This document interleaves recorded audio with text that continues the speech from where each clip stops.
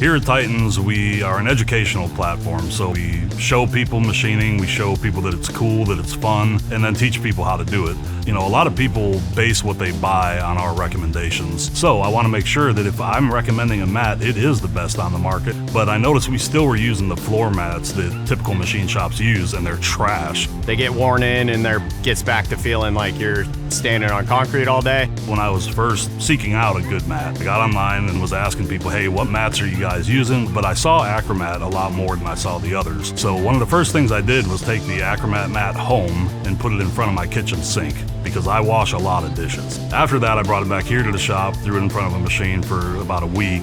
It's cured a lot of the problems that I've had for my almost 40 years in the field. I have 3 herniated discs in my lower back, so I'll be in a lot of pain by the end of the day if the mats are low quality ones. I can tell a difference in how thick these are and how supportive they feel. When I step onto them, like I can feel pressure release off my back and my knees. I didn't see anybody else offering a lifetime warranty. It's guaranteed against curling, guaranteed against any manufacturing defect. So if you have a company that's offering a lifetime warranty, why wouldn't you do that?